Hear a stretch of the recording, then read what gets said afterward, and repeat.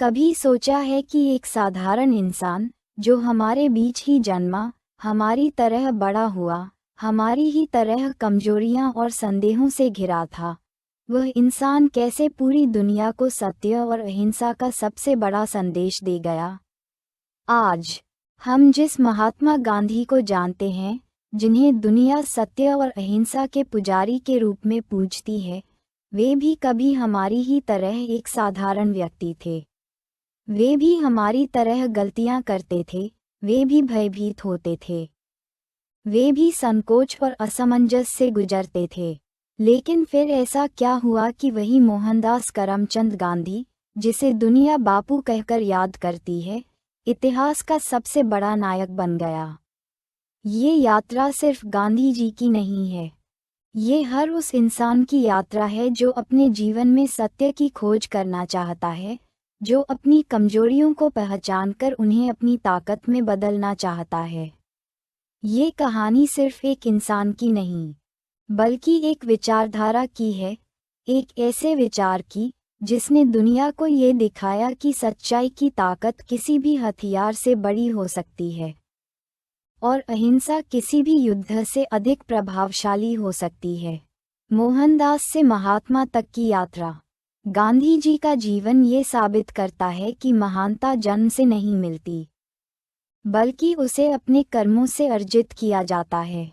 2 अक्टूबर 1869 को पोरबंदर, गुजरात में जन्मे मोहनदास करमचंद गांधी एक सामान्य परिवार में पले बढ़े।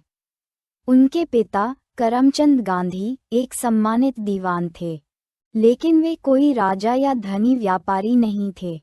उनकी माता पुतलीबाई अत्यधिक धार्मिक और सादगीपूर्ण जीवन जीने वाली महिला थीं।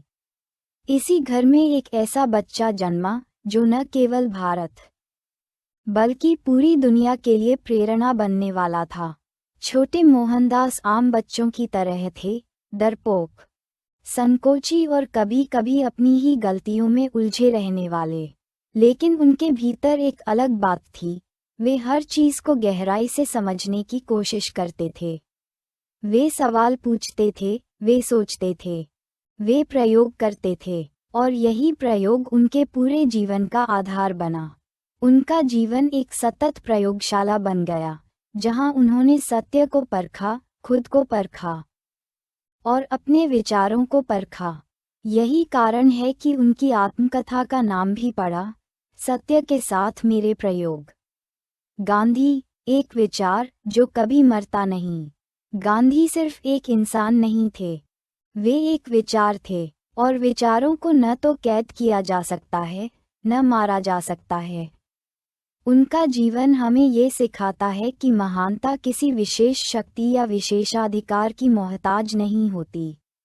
अगर एक साधारण इंसान, जो बचपन में डरता था, जो खुद को कमजोर मानता था, जो अपने भीतर हीन भावना महसूस करता था, अगर वह सत्य और अहिंसा के सबसे बड़े दूत बन सकते हैं, तो हम क्यों नहीं। गांधी जी का जीवन इस बात का प्रमाण है कि अगर आप में सच्चाई को समझने की इच्छा है, अगर आप में खुद को बदलने का साहस है, अगर आप में अपनी गलतियों से सीखने की क्षमता है, तो आप भी इतिहास बना सकते हैं। आज जब हम उनके जीवन को देखते हैं, तो हमें ये समझने की जरूरत है कि उनका संदेश सिर्फ इतिहास की किताबों तक सीमित नहीं है। वह हर उस इंसान के लिए है जो अपने भीतर संघर्ष कर रहा है, जो सच्चाई की खोज में है, जो दुनिया को बदलना चाहता है, लेकिन यह नहीं जानता कि शुरुआत कहाँ से करे। गांधी जी की यह असाधारण यात्रा हमें एक सवाल छोड़ जाती है, क्या हम भी सत्य के पथ पर चलने की हिम्मत रखते हैं? क्या हम भी अपनी कमजोरियों को अपनी ताकत में बदल सकते हैं? क्योंकि महात्मा गांधी हमसे अलग नहीं थे, वे हमारी तरह ही थे, और अगर वे कर सकते थे, तो हम भी कर सकते हैं। ये सत्य के साथ मेरे प्रयोग की उस महान यात्रा की पहली सीढ़ी थी। आगे हम उनकी बचपन की कमजोरियों और संघर्षों को जानेंगे, कैसे वे भी हमारी ही तरह भय और संकोच से भरे थे, और कैसे उन्होंने इन कमजोरियों को अपनी सबसे बड़ी ताकत बना लिया। आगे बढ़ने से पहले कृपया चैनल को लाइक और सब्सक्राइब करें ताकि आपका साथ हमेशा बना रहे और हमारी हर नई बात आप तक पहुंचती रहे। क्या आप कभी डरे हैं? कभी किसी चीज़ को लेकर असहज महसूस किया है? कभी खुद को कमज़ोर या असमर्थ समझा है? अगर हाँ, तो आप अकेले नहीं हैं। जिस इंसान को हम महात्मा कहते हैं, जिसे दुनिया सत्य और अहिंसा का सबसे बड़ा पुजारी मानती है, वह भी कभी हमारी ही तरह एक डरपोक बच्चा था। एक ऐसा बच्चा जो अंधेरे से डरता था, जो सांपों से घबराता था, जो झूठ बोलता था और जिसे कई बार खुद पर विश्वास ही नहीं होता था। आज जब हम गांधी को देखते हैं तो हमें लगता है कि वे बचपन से ही असाधारण रहे होंगे, लेकिन सच्चाई ये है कि उनका बचपन हमारी ही तरह था, भ्रम, भय और कमजोरियों से भरा हुआ। फर्क सिर्फ इतना था कि उन्होंने अपनी कमजोरियों को पहचाना, उन्हें स्वीकार किया और फिर धीरे धीरे उन पर विजय पाए। तो आइए चलते हैं पोरबंदर की उन गलियों में जहां मोहनदास करमचंद गांधी की यह यात्रा शुरू हुई। गांधी जी का बचपन बहुत ही सामान्य था। वे एक मध्यम वर्गीय परिवार में जन्मे थे, जहां उनके पिता करमचंद गांधी राजकीय दीवान थे और मां पुतलीबाई अत्यंत धार्मिक महिला थीं। परिवार में अनुशासन कड़ा था, परंतु सादगी और नैतिकता की गहरी छाप थी। लेकिन इन सब के बावजूद छोटे मोहनदास बहुत ही संकोची स्वभाव के थे। वे अंधेरे से डरते थे। जब घर के किसी कोने में अंधेरा होता तो वे अकेले जाने से कतराते थे। वे भूत प्रेतों से डरते थे। जब गांव के लोग भूतों और आत्माओं की कहानियां सुनाते तो उनके दिल में अजीब सा डर बैठ जाता। वे दूसरों के सामने बोलने से डरते थे। स्कूल में जब कोई सवाल पूछा जाता तो वे अक्सर चुप ही रहते। आत्मविश्वास की कमी इतनी थी कि वे बिना बोले ही पास होने की कोशिश करते थे। कभी सोचा था कि यह वही बच्चा है जो आगे चलकर लाखों लोगों की भीड़ के सामने निर्भीक होकर बोलने वाला था। बचपन में मोहनदास भी हमारी तरह थे। वे भी गलती करते थे, वे भी झूठ बोलते थे। लेकिन उनके जीवन का एक अनुभव ऐसा था जिसने उन्हें हमेशा के लिए बदल दिया। एक बार उन्होंने अपने पिता से झूठ बोला, एक छोटी सी गलती, लेकिन उनके भीतर अपराध बोध की आग जल उठी। वे समझ गए कि यह उनका सही रास्ता नहीं है। उन्होंने हिम्मत जुटाई और अपने पिता को एक पत्र में सारी सच्चाई लिख दी। उनके पिता ने वह पत्र पढ़कर न तो गुस्सा किया, न कोई सजा दी, बल्कि उनकी आंखों में आंसू आ गए। यही वह क्षण था जिसने गांधी जी को ये सिखाया कि सत्य से बड़ा कोई धर्म नहीं। बचपन में गांधी जी भी कई बार भटकते थे। एक बार उन्होंने अपने दोस्तों के कहने पर मांसाहार करने की कोशिश की, क्योंकि उन्हें लगा कि इससे वे मजबूत बन जाएंगे। लेकिन जैसे ही उन्होंने मांस खाया, उन्हें अपनी मां की याद आ गई। उन्होंने महसूस किया कि वे अपने सिद्धांतों से दूर जा रहे हैं। एक बार उन्होंने अपने घर से एक सोने का टुकड़ा चुराया, लेकिन चोरी करने के बाद उनका मन बेचैन हो उठा। आत्मग्लानि से भरे हुए उन्होंने अपने पिता के सामने कबूल किया। इन छोटे छोटे अनुभवों ने उन्हें ये सिखाया कि गलती करना स्वाभाविक है, लेकिन उसे स्वीकार कर सुधारना ही असली महानता है। गांधी जी का बचपन हमें 3 महत्वपूर्ण सबक सिखाता है। 1. डर पर विजय पानी जरूरी है।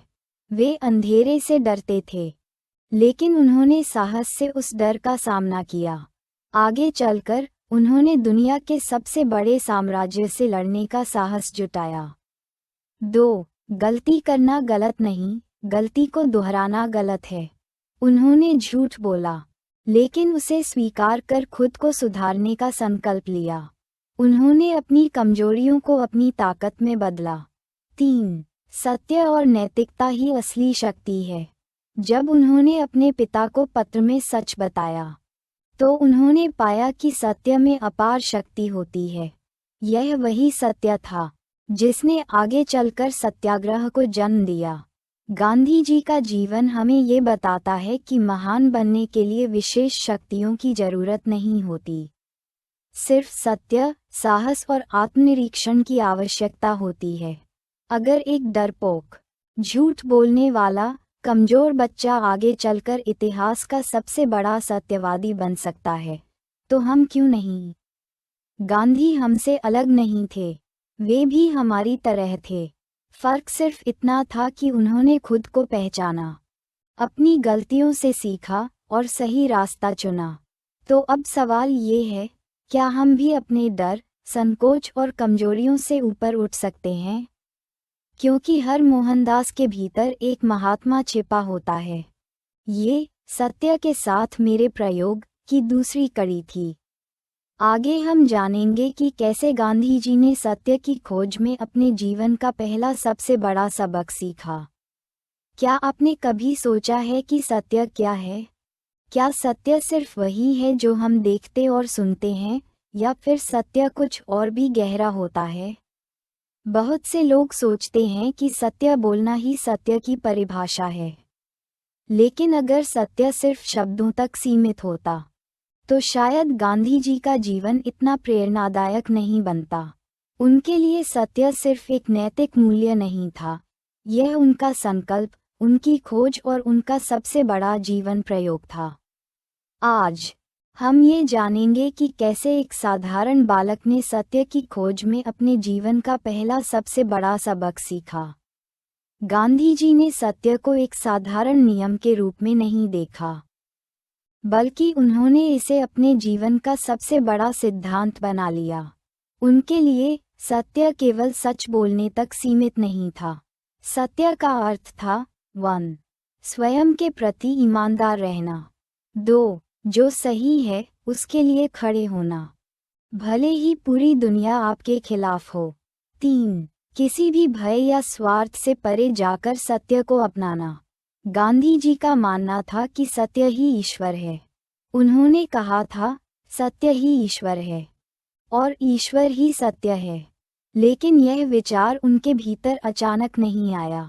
इसके पीछे उनके जीवन के कई छोटे छोटे अनुभव थे, जिन्होंने उन्हें सिखाया कि सत्य की राह कठिन होती है, लेकिन यही एकमात्र सही राह है। गांधी जी का सत्य की खोज की ओर पहला कदम तब बढ़ा जब उन्होंने अपने बचपन में झूठ बोलने का दर्द महसूस किया। जैसा कि हमने पहले देखा, उन्होंने एक बार अपने पिता से झूठ बोला था, लेकिन जब उन्होंने अपनी गलती स्वीकार कर ली, तो उनके पिता ने उन्हें न तो डांटा और न ही कोई सजा दी, बल्कि उनके पिता की आंखों में आंसू आ गए। ये देखकर गांधी जी का हृदय भीतर से हिल गया। उन्होंने पहली बार महसूस किया कि सत्य की शक्ति किसी भी डर से बड़ी होती है। यह उनके जीवन का पहला सबक था, झूठ से बचने के लिए नहीं, बल्कि आत्मा की शुद्धि के लिए सत्य बोलना जरूरी है। गांधी जी का दूसरा बड़ा अनुभव तब हुआ जब वे अपनी किशोरावस्था में पहुंचे। वे एक बहुत ही नैतिक, धार्मिक और अनुशासन प्रिय युवक थे, लेकिन वे दूसरों से भी यही उम्मीद रखते थे। वे मानते थे कि उनका सत्य ही अंतिम सत्य है। उनका ये भ्रम तब टूटा जब उन्होंने देखा कि हर व्यक्ति का सत्य अलग हो सकता है। सत्य सिर्फ एक व्यक्तिगत धारणा नहीं है, बल्कि यह परिस्थितियों और अनुभवों से भी प्रभावित होता है। उन्होंने महसूस किया कि 1. हमारा सत्य हमेशा दूसरों का सत्य नहीं होता। 2. दूसरों की मान्यताओं को समझना भी सत्य की खोज का हिस्सा है। 3. सत्य को थोपना नहीं चाहिए, बल्कि उसे प्रेम और करुणा से अपनाना चाहिए। यह एहसास गांधी जी के लिए बहुत महत्वपूर्ण था। आगे चलकर उन्होंने इसी आधार पर सत्याग्रह का सिद्धांत विकसित किया, जिसमें दूसरों पर बल प्रयोग किए बिना भी सत्य की रक्षा की जा सकती थी। गांधी जी का तीसरा सबसे बड़ा सबक तब आया जब वे दक्षिण अफ्रीका गए। एक दिन जब वे ट्रेन के प्रथम श्रेणी के डिब्बे में सफ़र कर रहे थे, तो उन्हें सिर्फ इसलिए बाहर फेंक दिया गया क्योंकि वे भारतीय थे। ये घटना उनके लिए बहुत दर्दनाक थी, लेकिन इसी ने उन्हें सिखाया कि सत्य की राह पर चलना आसान नहीं होता। उन्होंने सीखा कि 1. सत्य की रक्षा के लिए संघर्ष करना पड़ता है। 2. जो लोग सत्य के पक्ष में खड़े होते हैं उन्हें बहुत बार अपमान और कष्ट सहना पड़ता है। 3. लेकिन अगर आप अपने सत्य पर अडिग हैं तो दुनिया भी धीरे धीरे उसे स्वीकार करने लगती है। यही वह क्षण था जब गांधी जी ने तय किया कि वे कभी भी अन्याय के सामने झुकेंगे नहीं। गांधी जी का पूरा जीवन सत्य की खोज का एक लंबा प्रयोग था। उन्होंने कभी यह नहीं माना कि उन्होंने सत्य को पूरी तरह से जान लिया है। वे हमेशा सत्य को परखते, समझते और नए अनुभवों से सीखते रहते थे। वे मानते थे कि सत्य कोई स्थिर चीज नहीं, बल्कि एक यात्रा है, एक ऐसी यात्रा जो कभी समाप्त नहीं होती। गांधी जी के लिए सत्य केवल व्यक्तिगत आचरण तक सीमित नहीं था। वे चाहते थे कि पूरा समाज सत्य की राह पर चले। वे मानते थे कि जब तक समाज में झूठ, कपट और अन्याय रहेगा, तब तक सच्ची स्वतंत्रता नहीं मिल सकती। आज जब हम अपने जीवन को देखते हैं तो हमें ये सवाल पूछना चाहिए, क्या हम भी सत्य की खोज कर रहे हैं? क्या हम भी अपने भीतर झांककर अपनी कमजोरियों को पहचान रहे हैं? गांधी जी ने जो पहला सबक सीखा वह सिर्फ उनके लिए नहीं था, वह हमारे लिए भी था। अगर हम अपने जीवन में सत्य को स्थान दें तो हम अपने भय से मुक्त हो सकते हैं, तो हम अपने भीतर शांति महसूस कर सकते हैं, तो हम दुनिया में एक सकारात्मक बदलाव ला सकते हैं। गांधी जी ने ये सिद्ध कर दिया कि सत्य की ताकत सबसे बड़ी होती है। अब ये हम पर निर्भर करता है कि क्या हम भी सत्य की राह पर चलने का साहस रखते हैं, क्योंकि सत्य की खोज सिर्फ महात्माओं का काम नहीं, ये हर इंसान की यात्रा है। ये सत्य के साथ मेरे प्रयोग की तीसरी कड़ी थी। अगले भाग में हम जानेंगे कि कैसे दक्षिण अफ्रीका में अन्याय के खिलाफ गांधी जी की पहली लड़ाई ने उन्हें एक क्रांतिकारी बना दिया। क्या आप कभी अपमानित हुए हैं?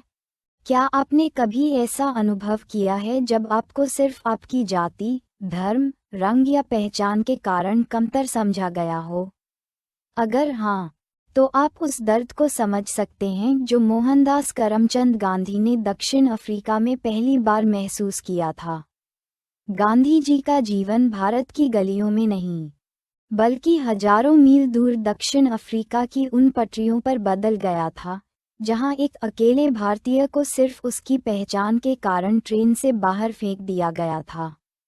आज हम उस क्षण की यात्रा पर चलेंगे जब गांधी से महात्मा बनने की चिंगारी पहली बार जली थी। साल था 1893। 24 साल के युवा मोहनदास करमचंद गांधी, जो एक साधारण वकील थे, दक्षिण अफ्रीका के नटाल प्रांत में अपने एक क्लाइंट का मुकदमा लड़ने जा रहे थे। वे उस समय प्रथम श्रेणी की टिकट लेकर यात्रा कर रहे थे। जैसे ही ट्रेन पीटरमैरिट्सबर्ग स्टेशन पहुंची, एक गोरा व्यक्ति अंदर आया। उसने गांधी को देखा और तुरंत रेलवे अधिकारियों को बुला लिया। ये काला आदमी प्रथम श्रेणी में कैसे बैठ सकता है? गांधी ने विनम्रता से कहा, मेरे पास वैध टिकट है, मैं इसे छोड़कर नहीं जाऊंगा। लेकिन अधिकारियों को एक भारतीय का प्रथम श्रेणी में सफर करना बर्दाश्त नहीं हुआ। 2 गार्ड आए, उन्होंने गांधी का सामान उठाया और ठंड से भरी रात में उन्हें ट्रेन से नीचे धकेल दिया। गांधी जी पूरी रात वहीं स्टेशन के वेटिंग रूम में बैठे रहे, अकेले, अपमानित। लेकिन उसी रात उनके भीतर एक क्रांति जन्म ले रही थी। ये पहली बार था जब उन्होंने सोचा, मैंने क्या गलत किया? सिर्फ इसलिए कि मैं भारतीय हूँ, मुझे अधिकार नहीं है। यही वह क्षण था जब सत्य और अन्याय के बीच उनका पहला टकराव हुआ। यही वह क्षण था जब उन्होंने तय किया कि वे इस अन्याय को सहन नहीं करेंगे। गांधी जी के लिए ये पहला झटका था, लेकिन आखिरी नहीं। दक्षिण अफ्रीका में भारतीयों के साथ जानवरों से भी बदतर व्यवहार किया जाता था। भारतीयों को तीसरी श्रेणी के नागरिक माना जाता था। उन्हें सड़क पर बिना अनुमति पास के चलने की इजाज़त नहीं थी। वे गोरे लोगों के होटलों, क्लबों या दफ्तरों में नहीं जा सकते थे। अगर कोई भारतीय किसी गोरे को रास्ते में नहीं झुककर सलाम करता तो उसे सज़ा दी जाती थी। गांधी जी के भीतर ये सब देखकर गुस्सा नहीं, बल्कि एक संकल्प जगा। उन्होंने ठान लिया कि वे इस अन्याय के खिलाफ खड़े होंगे। गांधी जी ने सबसे पहले ये समझा कि इस अन्याय के खिलाफ अकेले लड़ना संभव नहीं। इसलिए उन्होंने भारतीयों को संगठित करना शुरू किया। उन्होंने एक अखबार निकाला, इंडियन ओपिनियन, जिसमें वे भारतीयों की स्थिति और उनके अधिकारों के बारे में लिखते थे। लेकिन असली संघर्ष तब शुरू हुआ जब ब्रिटिश सरकार ने एशियाटिक ऑर्डिनेंस एक्ट पास किया, जिसके तहत हर भारतीय को एक रजिस्ट्रेशन कार्ड रखना अनिवार्य था। अगर किसी भारतीय के पास ये कार्ड नहीं होता तो उसे गिरफ्तार किया जा सकता था। पुलिस किसी भी भारतीय के घर में घुसकर तलाशी ले सकती थी। ये भारतीयों के लिए बहुत बड़ा अपमान था। गांधी जी ने इसके खिलाफ पहला सत्याग्रह आंदोलन शुरू किया। क्या था सत्याग्रह? ये किसी के खिलाफ हिंसा करने का आंदोलन नहीं था। यह अन्याय को शांति से, सत्य के आधार पर, बिना डरे चुनौती देने का आंदोलन था। यह आत्मबल की शक्ति को जगाने का आंदोलन था। गांधी जी और हजारों भारतीयों ने ब्रिटिश सरकार के इस काले कानून का पालन करने से मना कर दिया। उन्होंने अपने रजिस्ट्रेशन कार्ड जलाए। उन्होंने जेल जाने से भी परहेज नहीं किया। ब्रिटिश सरकार हैरान थी, ये कौन सा आंदोलन है जिसमें लोग पिट रहे हैं लेकिन हिंसा नहीं कर रहे। यही वह क्षण था जब दुनिया ने पहली बार सत्याग्रह का चमत्कार देखा। दक्षिण अफ्रीका ने गांधी जी को 3 सबसे बड़े सबक सिखाए। 1. अन्याय को सहना भी अन्याय करने के बराबर है।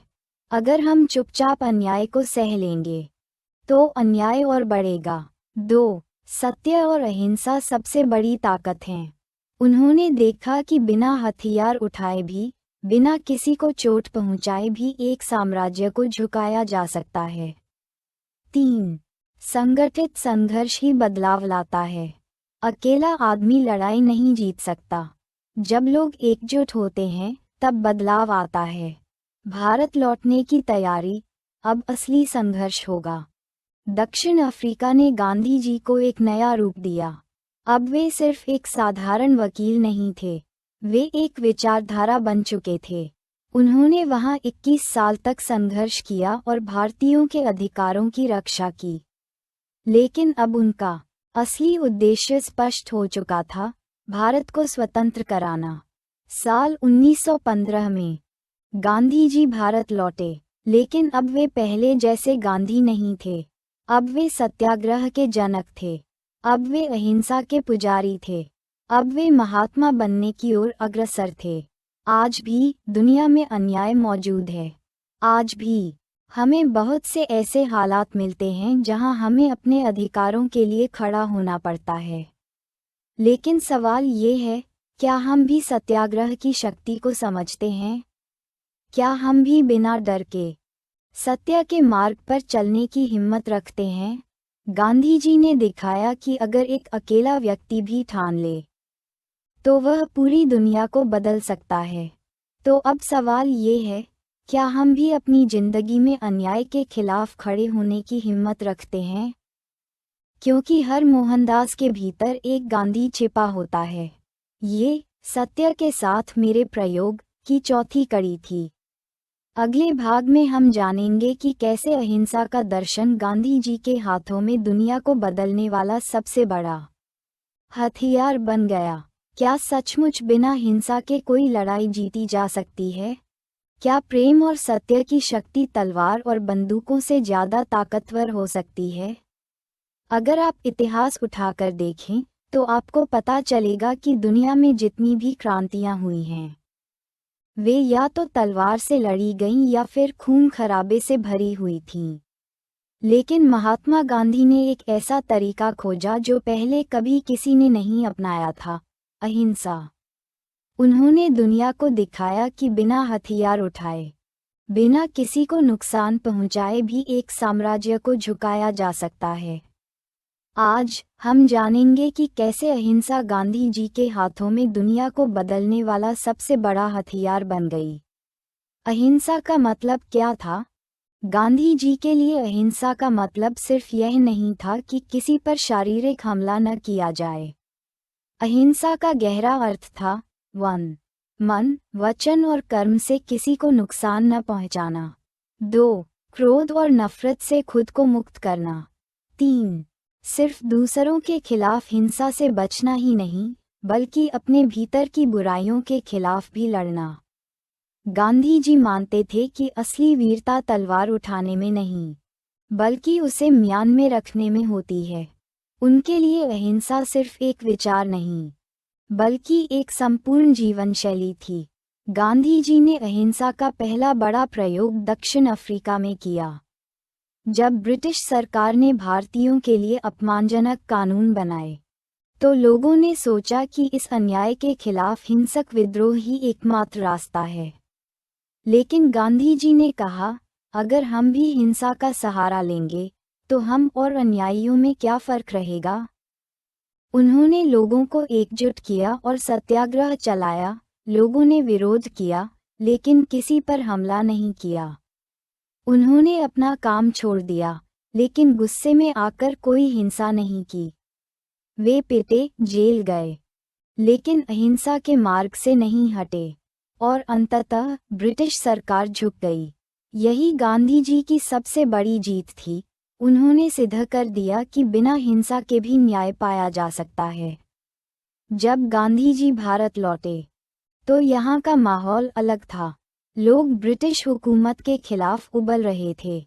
हर जगह असंतोष था। बहुत से नेता मानते थे कि अगर आज़ादी पानी है, तो हमें बंदूक उठानी होगी। लेकिन गांधी जी ने कहा, अगर हम नफरत से लड़ेंगे, तो हम भी उन्हीं जैसे बन जाएंगे। उन्होंने पूरे भारत को अहिंसा की ताकत समझाई। उन्होंने कहा, 1. हम लड़ेंगे, लेकिन बिना किसी पर हमला किए। 2. हम विरोध करेंगे, लेकिन बिना गुस्से के। 3. हम स्वतंत्रता के लिए आगे बढ़ेंगे, लेकिन बिना किसी के प्राण लिए। लोगों को ये बात पहले समझ नहीं आई, लेकिन फिर उन्होंने देखा कि कैसे अहिंसा एक महान शक्ति बन रही थी। 1920 में, जब ब्रिटिश सरकार के अन्याय बढ़ने लगे, तो गांधी जी ने असहयोग आंदोलन शुरू किया। उन्होंने कहा, अगर हम ब्रिटिश सरकार का सहयोग ही न करें, तो वह टिकेगी कैसे? और फिर पूरे देश में एक क्रांति आई। लोगों ने अंग्रेज़ों की नौकरी छोड़ दी।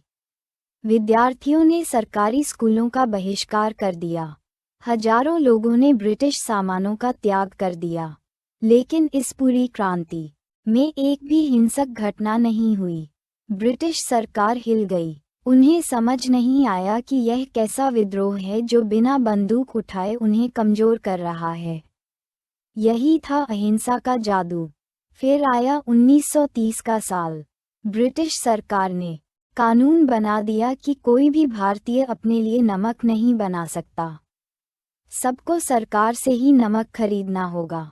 गांधी जी ने कहा, क्या हम इतने कमजोर हो गए हैं कि अपने लिए नमक भी नहीं बना सकते? और फिर शुरू हुआ दांडी मार्च। गांधी जी 78 लोगों के साथ 240 मील पैदल चले। हजारों लोग उनके साथ जुड़ते गए। वे दांडी पहुंचे और समुद्र से नमक उठाकर ब्रिटिश कानून तोड़ दिया। यह एक साधारण कार्य था, लेकिन इसने ब्रिटिश सरकार को हिला दिया। अहिंसा की इस ताकत ने पूरी दुनिया को चौंका दिया। 1942 में गांधी जी ने सीधा संदेश दिया, अंग्रेजों, भारत छोड़ो। यह आंदोलन पूरे देश में फैल गया। लेकिन सबसे खास बात ये थी कि यह पूरी तरह अहिंसक था। लोगों ने प्रदर्शन किए, लेकिन हिंसा नहीं की। उन्होंने जेलें भरीं, लेकिन हथियार नहीं उठाए। उन्होंने अपना सब कुछ त्याग दिया, लेकिन शांति का मार्ग नहीं छोड़ा। ब्रिटिश सरकार को एहसास हो गया कि अब वे ज़्यादा दिनों तक नहीं टिक सकते। और फिर 1947 में भारत को स्वतंत्रता मिल गई। गांधी जी ने दुनिया को दिखा दिया कि अहिंसा सिर्फ एक सिद्धांत नहीं, बल्कि सबसे शक्तिशाली हथियार है। गांधी जी ने हमें सिखाया कि 1. अहिंसा कायरों का हथियार नहीं, बल्कि सबसे बड़े वीरों की शक्ति है। 2. अगर हम सच पर अडिग हैं, तो हमें किसी तलवार की जरूरत नहीं। 3. नफरत का जवाब नफरत से नहीं, बल्कि प्रेम से दिया जाना चाहिए। आज, जब दुनिया में हिंसा बढ़ रही है, हमें खुद से पूछना चाहिए, क्या हम गांधी जी की सीख को समझ पाए हैं? क्योंकि अगर एक अकेला आदमी अहिंसा से एक साम्राज्य को झुका सकता है, तो हम भी अपने जीवन में इसे अपनाकर एक नई दुनिया बना सकते हैं। ये सत्य के साथ मेरे प्रयोग की 5वीं कड़ी थी। अगले भाग में हम जानेंगे कि कैसे स्वदेशी और सादगी गांधी जी के लिए सच्ची आज़ादी का रास्ता बने। क्या किसी राष्ट्र की स्वतंत्रता सिर्फ उसके झंडे के लहराने से साबित होती है? क्या असली आज़ादी का मतलब सिर्फ विदेशी शासन से मुक्ति है? नहीं, गांधी जी मानते थे कि असली आज़ादी तभी आती है जब एक राष्ट्र आत्मनिर्भर हो, जब उसके लोग दूसरों पर निर्भर न रहें, जब हर व्यक्ति अपने हाथों से अपनी रोजी रोटी कमा सके। और इस आत्मनिर्भरता का सबसे बड़ा मंत्र था स्वदेशी और सादगी। आज हम जानेंगे कि कैसे गांधी जी ने भारत को आत्मनिर्भर बनाने के लिए स्वदेशी आंदोलन चलाया और कैसे सादगी उनके जीवन का अभिन्न अंग बन गई। गांधी जी के लिए स्वदेशी सिर्फ भारतीय वस्तुओं का उपयोग करने तक सीमित नहीं था। स्वदेशी का अर्थ था 1. जो कुछ भी हमारे अपने देश में बन सकता है, उसे बाहर से न मंगवाना। 2. जो वस्त्र, भोजन और साधन हमारी धरती से मिल सकते हैं, उन्हीं का उपयोग करना। 3. हमारी कला, संस्कृति और परंपराओं को पुनर्जीवित करना। 4. हर गांव को आत्मनिर्भर बनाना, ताकि कोई भूखा न सोए। गांधी जी ने कहा था, जो समाज दूसरों पर निर्भर रहता है, वह कभी सच्ची स्वतंत्रता प्राप्त नहीं कर सकता। यही कारण था कि उन्होंने स्वदेशी आंदोलन को भारतीय स्वतंत्रता संग्राम का एक अहम हिस्सा बनाया। ब्रिटिश शासन ने भारतीय कारीगरों की मेहनत को कुचल दिया था। पहले भारत के हथकरघा उद्योग दुनिया भर में प्रसिद्ध थे, लेकिन अंग्रेजों ने भारतीय कपड़ा उद्योग को नष्ट कर दिया और हमें विदेशी वस्त्र खरीदने पर मजबूर कर दिया। नतीजा ये हुआ कि लाखों भारतीय बुनकर बेरोजगार हो गए। गांधी जी ने इस अन्याय को समझा और उन्होंने लोगों से अपील की, अगर हमें आज़ादी चाहिए, तो हमें अपने वस्त्र स्वयं बनाने होंगे। हमें विदेशी कपड़ों का त्याग करना होगा। यहीं से शुरू हुआ खादी आंदोलन। गांधी जी ने कहा कि भारत की आत्मा उसके गांवों में बसती है, और गांवों को आत्मनिर्भर बनाने के लिए उन्होंने चरखे को स्वतंत्रता का प्रतीक बना दिया। हर व्यक्ति को खुद का सूत काटने के लिए प्रेरित किया गया। लोगों को खादी पहनने के लिए कहा गया, ताकि विदेशी कपड़ों की निर्भरता खत्म हो। चरखा एक आर्थिक क्रांति का प्रतीक बन गया, जिसने अंग्रेजी शासन की जड़ें हिला दीं। लोगों ने अपने घरों से विदेशी वस्त्र निकालकर जला दिए। पूरा देश स्वदेशी की भावना से जाग उठा, और अंग्रेजों को समझ आ गया कि यह आंदोलन सिर्फ एक राजनीतिक लड़ाई नहीं, बल्कि एक आर्थिक और सांस्कृतिक क्रांति थी। गांधी जी ने लोगों को समझाया कि अगर हमें अंग्रेजों को भारत से निकालना है, तो हमें पहले अपने दिल और घरों से अंग्रेजी चीज़ों को निकालना होगा। उन्होंने कहा कि अगर हम उनका बनाया सामान खरीदते रहेंगे, तो वे हमें कभी मुक्त नहीं करेंगे। अगर हम आत्मनिर्भर नहीं बनेंगे, तो वे हमेशा हम पर शासन करते रहेंगे। इसलिए उन्होंने स्वदेशी आंदोलन चलाया और कहा, जो चीज़ भारत में बन सकती है उसे बाहर से मंगवाना पाप है। ये सिर्फ आर्थिक सुधार नहीं था, ये राष्ट्रीय स्वाभिमान का विषय था। गांधी जी ने न केवल स्वदेशी की बात की, बल्कि उसे अपने जीवन में पूरी तरह अपनाया।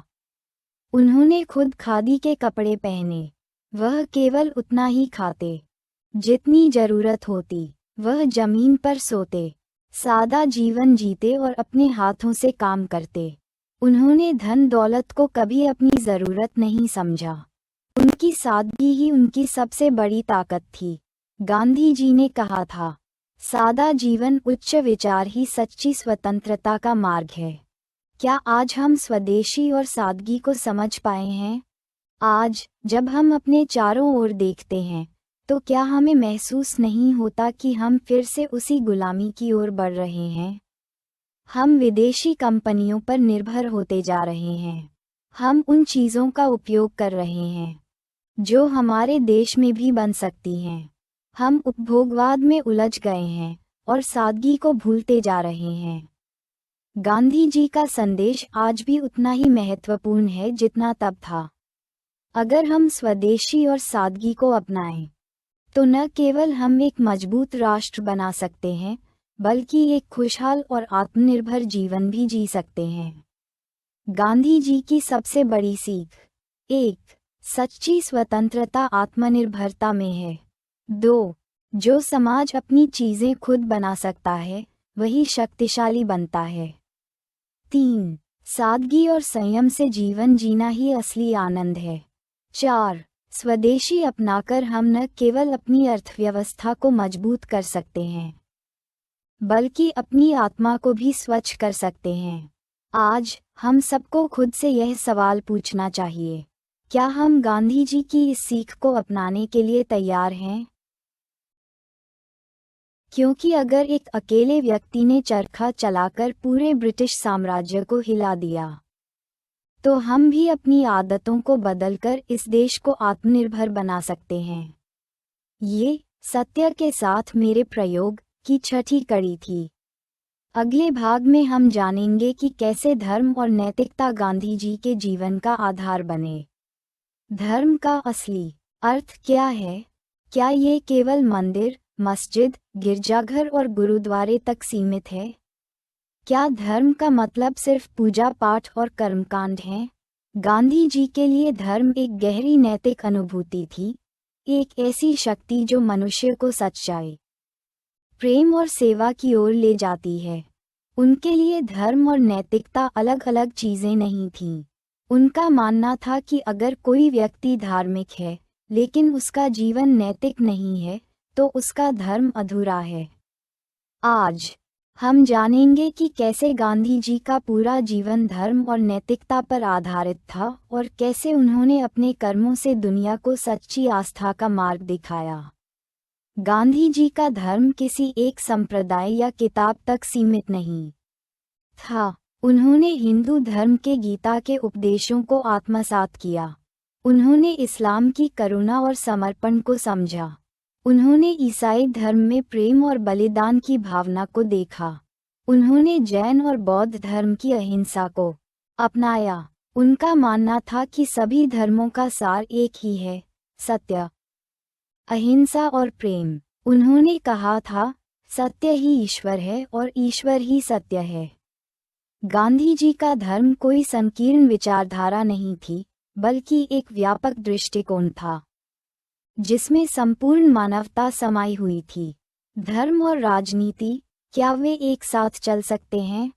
बहुत से लोग कहते हैं कि राजनीति और धर्म अलग होने चाहिए, लेकिन गांधी जी मानते थे कि राजनीति को अगर धर्म और नैतिकता से अलग कर दिया जाए तो वह भ्रष्ट हो जाती है। उनका मानना था कि 1. सच्ची राजनीति वही है जो नैतिकता पर आधारित हो। 2. सत्ता का उद्देश्य केवल शासन करना नहीं, बल्कि सेवा करना होना चाहिए। 3. नेताओं को लोभ, हिंसा और झूठ से मुक्त होना चाहिए। उन्होंने कहा था, जो व्यक्ति राजनीति में नैतिकता नहीं लाता, वह न समाज का भला कर सकता है और न खुद का। गांधी जी का हर निर्णय धर्म और नैतिकता की कसौटी पर खरा उतरता था। गांधी जी ने भगवद गीता को अपने जीवन की सबसे प्रिय पुस्तक माना। गीता से उन्होंने 3 सबसे महत्वपूर्ण शिक्षाएं ग्रहण की। 1. निष्काम कर्म, सेल्फलेस एक्शन, बिना किसी फल की चिंता किए अपना कर्तव्य निभाना। अपने स्वार्थ को त्याग कर समाज की सेवा करना। 2. समता, इक्विनिमिटी, सुख दुख, हार जीत, अपमान सम्मान में एक समान रहना। कभी घमंड न करना और कभी निराश न होना। 3. अहिंसा, नॉन वायलेंस, हर जीव में ईश्वर को देखना और किसी को कष्ट न पहुंचाना। सच्चाई के मार्ग पर चलते हुए भी कभी क्रोध या हिंसा न करना। गांधी जी ने अपने हर संघर्ष में गीता के इन उपदेशों को अपनाया। गांधी जी के लिए सत्य केवल एक आदर्श नहीं, बल्कि जीवन की वास्तविकता थी। उन्होंने कहा था, मेरा जीवन ही मेरा संदेश है। उन्होंने हर स्थिति में सत्य का पालन किया, भले ही इसके लिए उन्हें कितनी ही कठिनाइयां क्यों न सहनी पड़ीं। उनकी नैतिकता इतनी प्रबल थी कि उन्होंने खुद पर प्रयोग किए कि कैसे सत्य को जिया जाए। उन्होंने कभी भी हिंसा, झूठ या कपट का सहारा नहीं लिया। उन्होंने अपने विरोधियों से भी घृणा नहीं की, बल्कि उन्हें प्रेम से जीतने की कोशिश की। उनका मानना था कि सत्य और अहिंसा केवल शब्द नहीं हैं, बल्कि उन्हें अपने जीवन में उतारना ही असली धर्म है। क्या आज हम गांधी जी की इस सीख को समझ पाए हैं? आज की दुनिया में हम धर्म को सिर्फ कर्मकांड तक सीमित कर चुके हैं। हम नैतिकता की जगह छल कपट को अपना रहे हैं। हम सत्य से ज्यादा झूठ को महत्व देने लगे हैं। लेकिन अगर हम वास्तव में गांधी जी को याद करना चाहते हैं, तो हमें उनके जीवन से यह सीखना होगा कि 1. धर्म का असली अर्थ केवल पूजा पाठ नहीं, बल्कि प्रेम, सेवा और सत्य का पालन करना है। 2. नैतिकता के बिना कोई भी व्यक्ति सच्चे अर्थों में धार्मिक नहीं हो सकता। 3.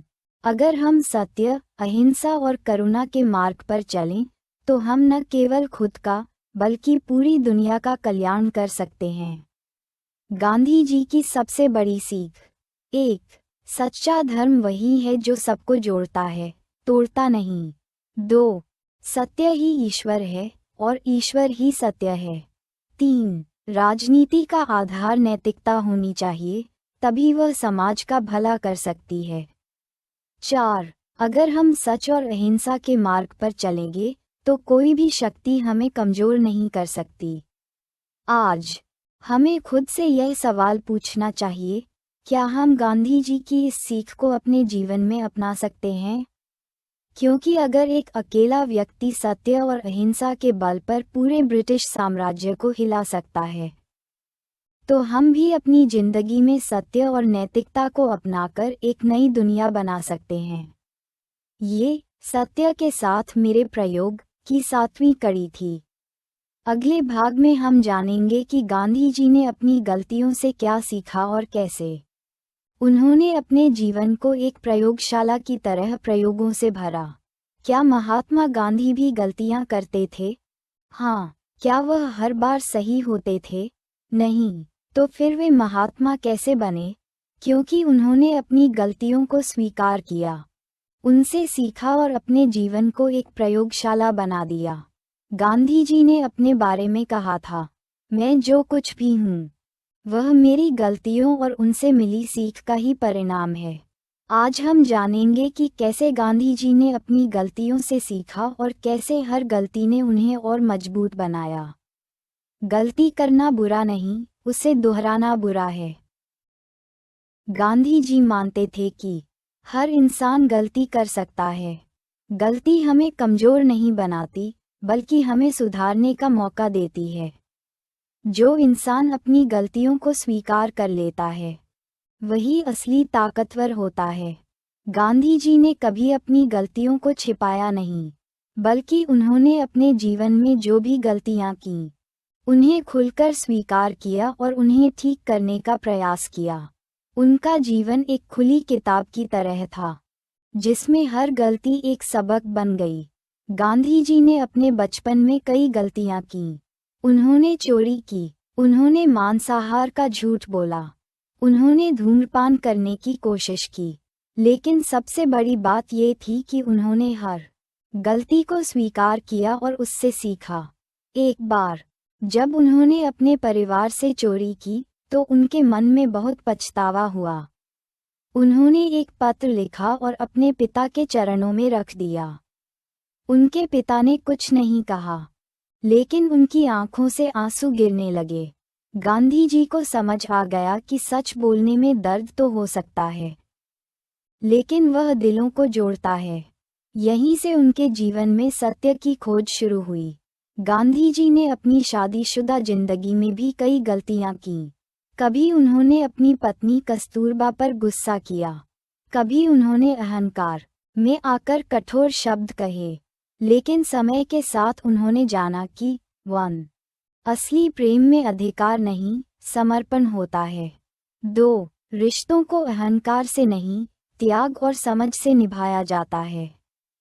3. जो व्यक्ति अपनी गलती मानकर माफी मांग सकता है, वही सच्चा इंसान होता है।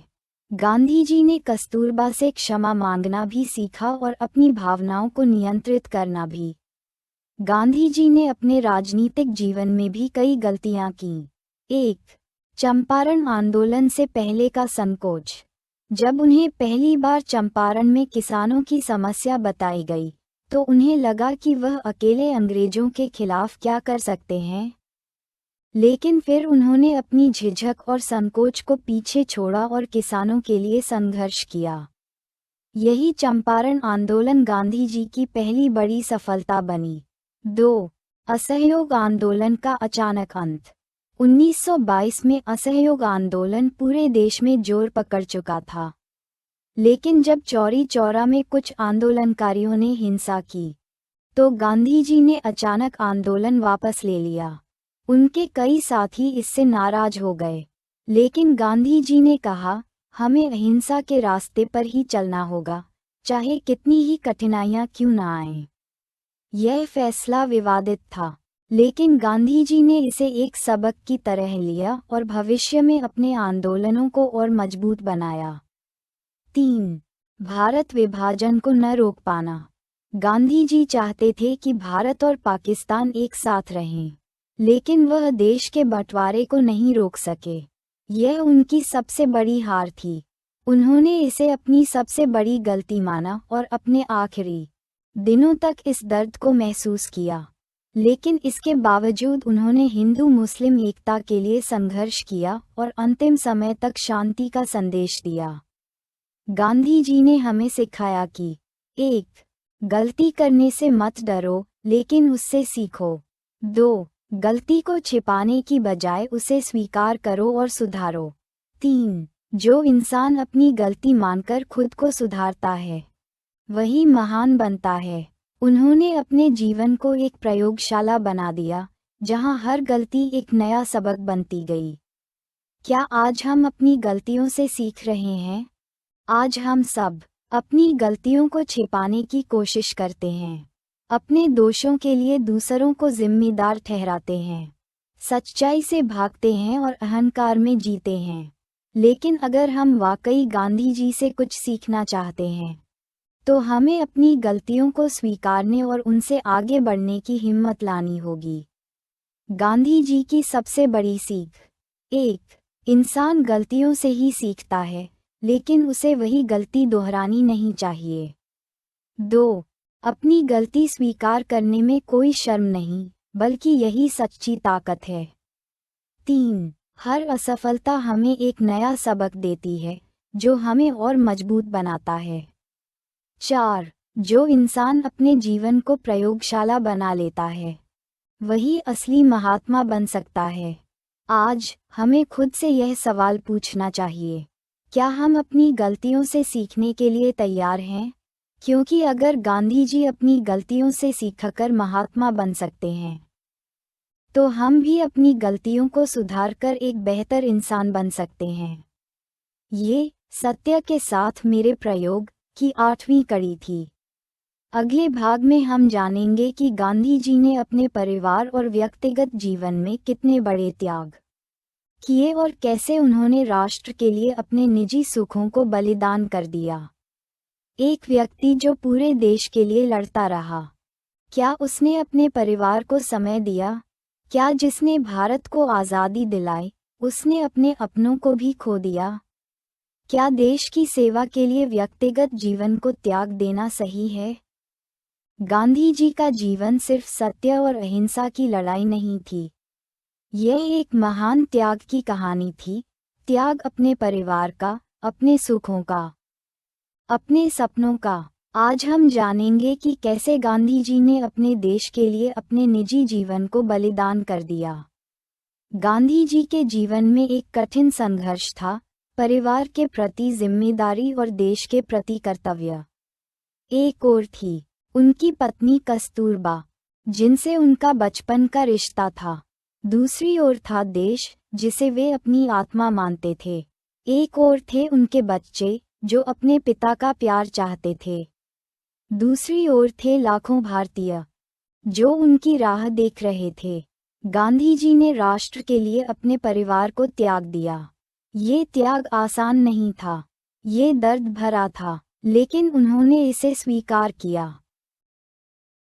गांधी जी और कस्तूरबा का रिश्ता सिर्फ एक पति पत्नी का रिश्ता नहीं था, ये त्याग और समर्पण की परीक्षा थी। गांधी जी ने विवाह के शुरुआती वर्षों में कस्तूरबा पर नियंत्रण रखने की कोशिश की, लेकिन धीरे धीरे उन्होंने सीखा कि सच्चा प्यार अधिकार नहीं, बल्कि सम्मान से चलता है। जब गांधी जी ने ब्रह्मचर्य, संयम का संकल्प लिया, तो ये कस्तूरबा के लिए भी एक बड़ा बलिदान था। एक आम स्त्री के लिए ये स्वीकार करना कितना कठिन होगा कि जिस पति के साथ उसने जीवन बिताने की कल्पना की थी, वह अब उसे एक साथी की तरह नहीं, बल्कि एक सहयोगी की तरह देखेगा। लेकिन कस्तूरबा ने अपने प्रेम और धैर्य से गांधी जी का साथ निभाया। उन्होंने खुद को भी इस संघर्ष में झोंक दिया। वे जेल गईं। उन्होंने गांधी जी के विचारों को अपनाया। उन्होंने अपने परिवार को पीछे छोड़ दिया और देश की सेवा में लग गईं। ये केवल गांधी जी का त्याग नहीं था, ये कस्तूरबा का भी त्याग था। गांधी जी के 4 बेटे थे। 1 हरिलाल, 2 मणिलाल, 3 रामदास, 4 देवदास। लेकिन क्या वे अपने बच्चों के लिए एक आदर्श पिता बन सके? नहीं, वे अपने बेटों के साथ ज्यादा समय नहीं बिता पाए। वे उन्हें एक सामान्य जीवन नहीं दे पाए। उन्होंने अपने बच्चों को भी संघर्ष और त्याग के मार्ग पर चलने के लिए कहा। हरिलाल, उनके सबसे बड़े बेटे, अपने पिता के मार्ग से अलग हो गए। वे चाहते थे कि गांधी जी उन्हें विदेश पढ़ने भेजें, लेकिन गांधी जी ने मना कर दिया। वे पिता से प्यार भी करते थे और नाराज भी रहते थे। वे अपनी अलग राह पर चले गए, जिससे गांधी जी का मन बहुत व्यथित हुआ। एक पिता के लिए अपने बेटे को दुखी देखना सबसे बड़ा दर्द होता है। लेकिन गांधी जी ने अपने सिद्धांतों को अपने परिवार से ऊपर रखा। ये सवाल उठता है, क्या गांधी जी ने अपने परिवार के साथ न्याय किया? क्या देश की सेवा के लिए अपनों को त्याग देना सही था? कोई भी इंसान इसे आसानी से नहीं समझ सकता, लेकिन गांधी जी ने यह फैसला अपने सुख के लिए नहीं, बल्कि एक बड़े उद्देश्य के लिए किया। उनका मानना था कि व्यक्ति के सुख से बड़ा समाज का कल्याण होता है। परिवार के बंधनों से ऊपर पूरे देश का परिवार होता है। सच्चा प्रेम केवल पाने में नहीं, बल्कि त्याग करने में भी होता है। गांधी जी ने अपने निजी जीवन में बहुत दर्द सहा। उन्होंने अपनों से दूरी महसूस की। उन्होंने अपने बच्चों को उनसे दूर जाते देखा। उन्होंने अपने व्यक्तिगत सुखों को हमेशा पीछे रखा, लेकिन इसके बावजूद उन्होंने कभी अपने सिद्धांतों से समझौता नहीं किया। उन्होंने कहा था, मेरा जीवन मेरा संदेश है। उनका जीवन ये बताता है कि 1 त्याग केवल शब्द नहीं, एक वास्तविकता है। 2 जब कोई बड़ा उद्देश्य होता है, तो व्यक्तिगत सुख त्यागने पड़ते हैं। 3. सच्ची सेवा वह है जिसमें अपने लिए कुछ न बचा हो। क्या आज हम गांधी जी के इस त्याग को समझ सकते हैं? आज की दुनिया में हम अपने परिवार के लिए समय निकालने की कोशिश कर रहे हैं। हम अपने करियर और अपनों के बीच संतुलन बनाने की कोशिश कर रहे हैं।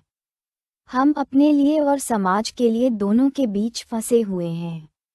गांधी जी का जीवन हमें ये सिखाता है कि 1. परिवार और कर्तव्य दोनों महत्वपूर्ण हैं, लेकिन कभी कभी बड़े उद्देश्य के लिए बलिदान देना पड़ता है। 2. सच्चा त्याग केवल दिखावे का नहीं, बल्कि दिल से किया गया होना चाहिए। 3. अगर हम अपने जीवन को एक बड़े लक्ष्य के लिए समर्पित करें, तो हमें व्यक्तिगत सुखों का मोह छोड़ना होगा। गांधी जी की सबसे बड़ी सीख। 1. परिवार और देश के बीच संतुलन बनाना कठिन है, लेकिन कर्तव्य सर्वोपरि होता है।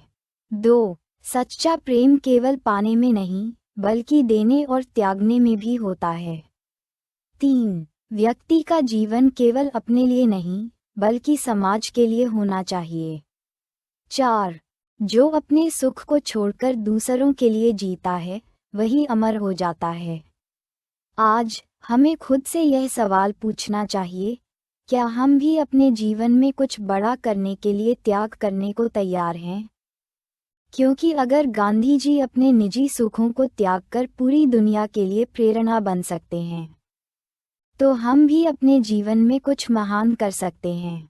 ये सत्य के साथ मेरे प्रयोग की 9वीं कड़ी थी। अगले भाग में हम जानेंगे कि गांधी जी ने भारत को क्या संदेश दिया और आज़ादी के साथ हमें कौन सी जिम्मेदारियां सौंपी। हमने आज़ादी तो पा ली, लेकिन क्या हम जिम्मेदार नागरिक बने? क्या गांधी जी का सपना सिर्फ एक आज़ाद भारत था, या एक ऐसा भारत था जो सत्य, अहिंसा और समानता पर टिका हो? क्या हमने गांधी जी के उस संदेश को समझा जो उन्होंने हमें अपनी अंतिम सांस तक दिया? गांधी जी के लिए आज़ादी सिर्फ ब्रिटिश हुकूमत से मुक्त होना नहीं था। आज़ादी का अर्थ था स्वतंत्रता के साथ अनुशासन, अधिकारों के साथ कर्तव्य, देश के लिए समर्पण, न कि केवल स्वयं के लिए जीवन। आज हम जानेंगे कि गांधी जी ने भारत को क्या संदेश दिया और उन्होंने हमें कैसी आज़ादी का सपना दिखाया था। गांधी जी मानते थे कि सच्ची आज़ादी केवल बाहरी ताकतों से मुक्त होने में नहीं, बल्कि आत्मनिर्भर बनने में है। राजनीतिक स्वतंत्रता तब तक अधूरी है जब तक समाज में समानता, न्याय और भाईचारा न हो। अगर व्यक्ति स्वार्थी हो जाए, तो वह आज़ादी को भी गुलामी बना सकता है।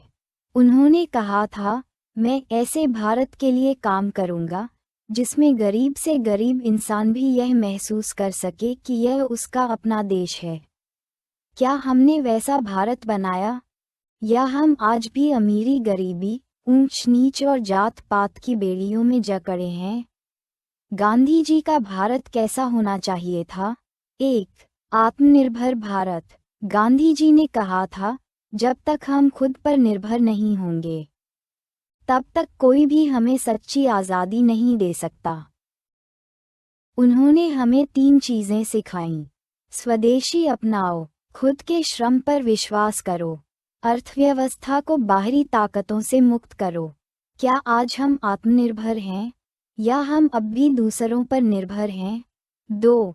सत्य और अहिंसा का मार्ग। गांधी जी मानते थे कि सत्य केवल बोलने में नहीं, बल्कि आचरण में भी होना चाहिए। अहिंसा केवल युद्ध के खिलाफ नहीं, बल्कि हमारे विचारों और कर्मों में भी होनी चाहिए। क्या हम आज भी सत्य और अहिंसा के मार्ग पर चल रहे हैं, या हम छल कपट, भ्रष्टाचार और हिंसा में उलझ गए हैं? 3. समानता और सामाजिक न्याय। गांधी जी ने हमेशा कहा कि जब तक समाज में भेदभाव रहेगा, तब तक कोई भी देश सच्चा लोकतंत्र नहीं बन सकता। उनका सपना था, कोई ऊंच नीच न हो, कोई जात पात न हो, हर इंसान को समान अधिकार मिले। क्या हमने गांधी जी के इस सपने को पूरा किया, या आज भी समाज में भेदभाव बना हुआ है? गांधी जी ने हमें चेताया था, अगर हम आज़ादी को केवल सत्ता का खेल बना देंगे तो ये गुलामी से भी बदतर हो जाएगी। अगर हमने अपने स्वार्थ को आगे रखा तो देश टूट जाएगा। लेकिन क्या हमने उनकी चेतावनी सुनी? 1947 में देश आज़ाद हुआ। 1948 में गांधी जी चले गए और तब से भ्रष्टाचार बढ़ा, जातिवाद बढ़ा, धर्म और राजनीति का घालमेल बढ़ा। क्या यही वह भारत था जिसका सपना गांधी जी ने देखा था? आज हमें क्या करना चाहिए? गांधी जी का सपना केवल स्वतंत्र भारत नहीं था। वह चाहते थे कि हर भारतीय 1. ईमानदारी और नैतिकता को अपनाए। 2. अपने कर्तव्यों को पहचाने, न कि केवल अपने अधिकारों की मांग करे। 3. दूसरों की सेवा को अपने जीवन का उद्देश्य बनाए। 4. हिंसा और नफरत से ऊपर उठकर प्रेम और करुणा को अपनाए। 5. भारत को सिर्फ एक देश नहीं बल्कि एक परिवार की तरह देखे। अगर हम गांधी जी का भारत बनाना चाहते हैं तो हमें उनके बताए रास्ते पर चलना होगा। गांधी जी की सबसे बड़ी सीख: 1. आज़ादी केवल अधिकार नहीं, जिम्मेदारी भी है। 2. सच्ची स्वतंत्रता आत्मनिर्भरता में है। 3. सत्य और अहिंसा को केवल शब्दों में नहीं बल्कि जीवन में उतारना होगा। 4. अगर समाज में भेदभाव रहेगा तो देश कभी आगे नहीं बढ़ेगा। 5. अगर हम अपने कर्तव्य नहीं निभाएंगे तो आज़ादी बेकार हो जाएगी। आज हमें खुद से यह सवाल पूछना चाहिए, क्या हमने गांधी जी के भारत को जिंदा रखा है? क्या हम अपने देश के लिए उतनी ही निष्ठा से काम कर रहे हैं जितनी निष्ठा से गांधी जी ने की थी? अगर नहीं तो हमें अभी से बदलाव लाना होगा, क्योंकि गांधी जी का भारत तभी बचेगा जब हम उसे बचाने के लिए आगे आएंगे। ये सत्य के साथ मेरे प्रयोग की 10वीं कड़ी थी। अगले भाग में हम जानेंगे कि गांधी जी का जीवन केवल एक व्यक्ति की कहानी नहीं थी, बल्कि यह पूरी मानवता के लिए एक मार्गदर्शक था। क्या गांधी केवल एक इतिहास का पात्र थे? क्या उनका जीवन केवल बीते समय की एक कहानी थी, या उनके विचार आज भी हमारे लिए उतने ही प्रासंगिक हैं?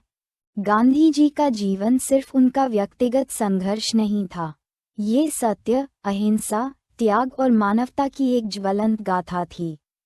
ये केवल भारत की स्वतंत्रता की कहानी नहीं थी, बल्कि पूरी दुनिया को एक नई राह दिखाने की यात्रा थी। आज हम इस अंतिम अध्याय में जानेंगे कि गांधी जी का जीवन हमें क्या सिखाता है और हम इसे अपने जीवन में कैसे अपना सकते हैं। गांधी जी ने हमें कई अमूल्य सीख दी, लेकिन अगर हम उनके पूरे जीवन का सार निकालें तो वह कुछ बिंदुओं में समाहित किया जा सकता है। 1. सत्य की शक्ति। गांधी जी का जीवन हमें सिखाता है कि सत्य सबसे बड़ा हथियार है। सच्चाई पर अडिग रहने वाला व्यक्ति अंततः विजयी होता है, झूठ का साम्राज्य कितना भी बड़ा क्यों न हो। सत्य की एक किरण उसे मिटा सकती है।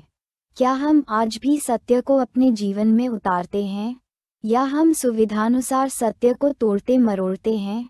2. अहिंसा की महत्ता। गांधी जी ने कहा था, अहिंसा सबसे बड़ी शक्ति है जो मानवता को बचा सकती है। उन्होंने हमें सिखाया कि हिंसा से कभी स्थायी समाधान नहीं निकलता। सच्ची ताकत शारीरिक बल में नहीं बल्कि आत्मबल में होती है। यदि हम प्रेम, करुणा और सहिष्णुता को अपनाएं तो समाज में हर समस्या का समाधान निकल सकता है। क्या हम आज भी अहिंसा के मार्ग पर चल रहे हैं, या हम अपने अहंकार और स्वार्थ में फंसकर नफरत को बढ़ावा दे रहे हैं? 3. आत्मनिर्भरता और सादगी। गांधी जी ने हमें ये सिखाया कि अगर हमें सच्ची स्वतंत्रता पानी है तो हमें आत्मनिर्भर बनना होगा। हमें सादगी और स्वावलंबन को अपनाना होगा। भौतिक सुख सुविधाओं में उलझने की बजाय हमें आत्मसंतोष की ओर बढ़ना होगा।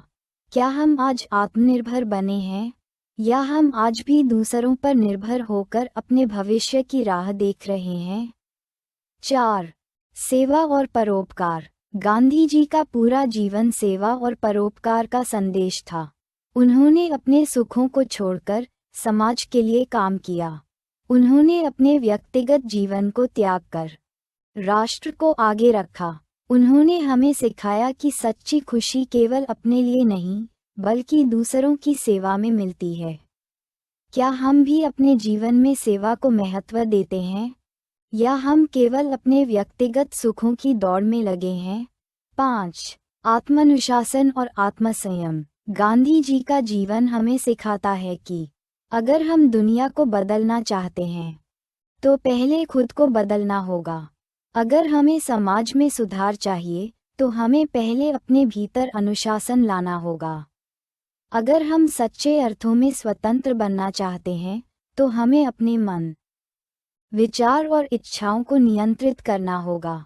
क्या हम अपने जीवन में अनुशासन को महत्व देते हैं, या हम हर चीज को दूसरों पर छोड़कर खुद को सुधारने की जरूरत महसूस नहीं करते? गांधी जी ने जिस भारत का सपना देखा था, क्या वह आज साकार हुआ? उन्होंने एक समतामूलक समाज की कल्पना की थी, लेकिन आज भी जात पात और भेदभाव मौजूद है। उन्होंने सत्य और ईमानदारी पर जोर दिया था, लेकिन आज भ्रष्टाचार हर ओर फैला है। उन्होंने अहिंसा और प्रेम की शिक्षा दी थी, लेकिन आज भी समाज में नफरत और हिंसा देखी जाती है। उन्होंने स्वदेशी और आत्मनिर्भरता की वकालत की थी, लेकिन हम आज भी कई मामलों में दूसरों पर निर्भर हैं। क्या हम सच में गांधी जी के विचारों का अनुसरण कर रहे हैं, या हम सिर्फ उनके नाम का इस्तेमाल कर रहे हैं, लेकिन उनके विचारों को भुला चुके हैं? गांधी जी का जीवन हमें ये सिखाता है कि एक साधारण व्यक्ति भी असाधारण कार्य कर सकता है। 2. सच्ची शक्ति सत्य और अहिंसा में होती है। 3. अगर हम खुद को बदलें, तो हम दुनिया को भी बदल सकते हैं। 4. देश की सेवा केवल राजनीति में जाने से नहीं होती, बल्कि हर व्यक्ति अपने क्षेत्र में अच्छा करके देश की सेवा कर सकता है। 5. अगर हम गांधी जी के विचारों को अपने जीवन में अपनाएं, तो एक बेहतर समाज और राष्ट्र का निर्माण कर सकते हैं। अब हमें क्या करना चाहिए? क्या गांधी जी के विचार केवल किताबों में सीमित रहेंगे? क्या हम केवल 2 अक्टूबर को उन्हें याद करेंगे और फिर भूल जाएंगे? या हम उनके विचारों को अपने जीवन में अपनाने की कोशिश करेंगे? अब समय आ गया है कि हम 1. सत्य और ईमानदारी को अपने जीवन में अपनाएं। 2. अहिंसा और करुणा को अपने व्यवहार में लाएं। 3. स्वदेशी और आत्मनिर्भरता की दिशा में कदम बढ़ाएं। 4.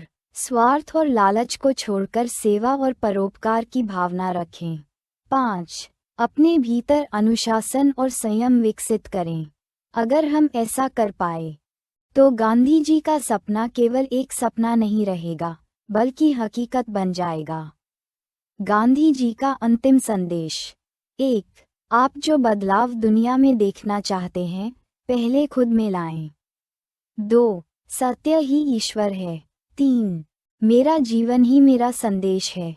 गांधी जी चले गए, लेकिन उनका संदेश हमेशा जीवित रहेगा। अब ये हमारे ऊपर है कि क्या हम उस संदेश को सुनेंगे? क्या हम अपने जीवन में इसे अपनाएंगे? क्या हम अपने भारत को वैसा बनाएंगे, जैसा गांधी जी ने सपना देखा था? यह फैसला आपका है। ये सत्य के साथ मेरे प्रयोग की अंतिम कड़ी थी।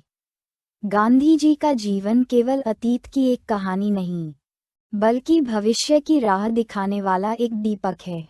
अब ये हम पर निर्भर है कि हम उस प्रकाश का अनुसरण करते हैं या नहीं। धन्यवाद। यदि आप हमारी मेहनत की सराहना करते हैं, तो कृपया इस पोस्ट को लाइक और शेयर करें, और हमारे इस चैनल को सब्सक्राइब करें।